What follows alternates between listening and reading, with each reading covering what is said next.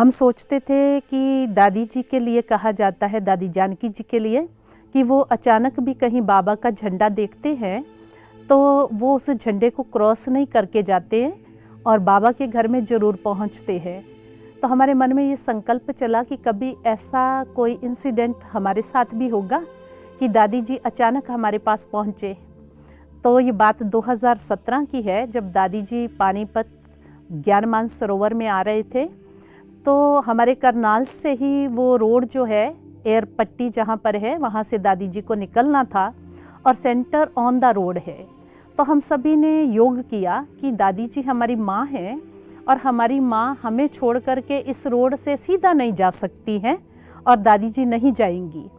ऐसा विचार करते हुए हमने बहुत बाबा को याद किया और दादी जी का आवाहन किया और सोचा कि दादी जी को आना ही चाहिए सेंटर पर। तो जिस दिन दादी जी पहुंचने वाले थे तो मैं वहां एयर पट्टी पर दादी जी के वेलकम के लिए गई और साथ में ही बहनों को कहा कि दादी जी जब यहाँ निकलेंगे तो आपको रोड पर खड़े होना, केवल 10 कदम की दूरी पे सेंटर है मेन रोड से। तो सभी बहनें, मैंने वहाँ से जैसे दादी निकले तो फ़ोन किया कि दादी जी निकल रहे हैं, आप सभी रोड पर पहुँच जाओ। और जैसे ही बहनें वहाँ पहुँची तो बात तो हो गई भाई साहब से, दादी निकलेंगी, लेकिन एक होटल में दादी जी के लिए उन्होंने स्टे का रखा था कि स्काईलार्क होटल है मेन जीटी रोड पे, वहाँ दादी ब्रेक करेंगी। लेकिन होता क्या है, जैसे ही दादी जी उस रोड पर पहुँचे जो सेंटर के बिल्कुल सामने मुड़ती हैं, तो सेंटर के बिल्कुल दूसरी साइड में एक स्कूल है, उसकी बसेस क्रॉस होने के लिए सड़क पर आ गई और दादी जी की गाड़ी बिल्कुल सेंटर की रोड के सामने रुक गई। और दादी जी ने देखा 10-15 बहनें खड़ी हैं, तो दादी जी ने तुरंत पहुंचा, सेंटर है। तो जो भाई बीच में बैठे थे उन्होंने बोला दादी हाँ। दादी ने कहा गाड़ी मोड़ो।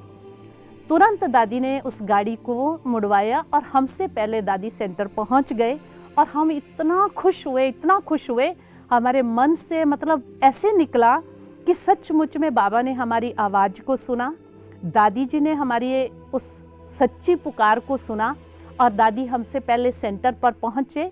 और दादी कुछ क्षणों के लिए ही भले रुके, लेकिन दादी जी के कदम वहाँ पड़े और हम सोचे कि दादी फर्स्ट समय अचानक बाबा के इस घर में आई हैं, हम क्या करें। तो वो भाई जो साथ थे वो कहे तुम आओ दादी से मिलो।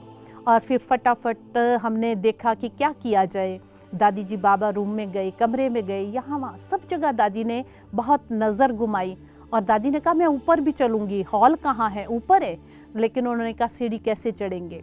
जब दादी जी जा रहे थे पानीपत के लिए, तो दादी जी जैसे ही गेट पर खड़े थे तो हंसा बहन ने बोला दादी देखो बाबा का घर देखो, दीदी से मिलो। दादी इतने प्यार से, जैसे दादी बाबा से माथे से माथा मिलाकर मिलते, ऐसे प्यार से दादी मेरे साथ मिले और अपने उन वाइब्रेशंस को दिया। तो मैंने जब पूछा भाई साहब से, भारतभूषण भाई जी से, कि दादी वापसी भी इधर से आएंगे, तो उन्होंने बोला नहीं, दादी को तो दिल्ली जाना है और दिल्ली से दादी उधर जाएंगे बाय रोड। तो हमें लगा कि शायद चलो ऐसा ही होगा।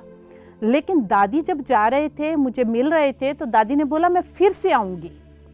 अब मुझे संकल्प चला दादी फिर से कब आएंगे। तो जैसे ही अगले दिन संडे था और सुबह हम मुरली क्लास में थे, तो हंसा दीदी का फ़ोन आता है कि दादी आपको बुला रही हैं, आप जल्दी से पानीपत पहुंचो। तो मैं सुबह क्लास में से ही पानीपत गई। तो दादी जी के फिर से वापसी का वो प्रोग्राम बना। तो कैसे दादी जी ने अपने उस संकल्प को फिर से पूरा किया और दादी जी आए। तो जब दादी जी आए तो हम देखते हैं कि थोड़ा तैयारी जो थी, तब तो हमें पता था दादी आने वाले, पहले तो पता ही नहीं था, वो अचानक आए। तो जब दादी जी फिर से आए तो हमने पकोड़े बनाए, लेकिन वो पकोड़े दादी जी ने इतने प्यार से हम सभी बहनों के मुख में डाले कि वो हमारे लिए दादी जी का एक यादगार बन गया।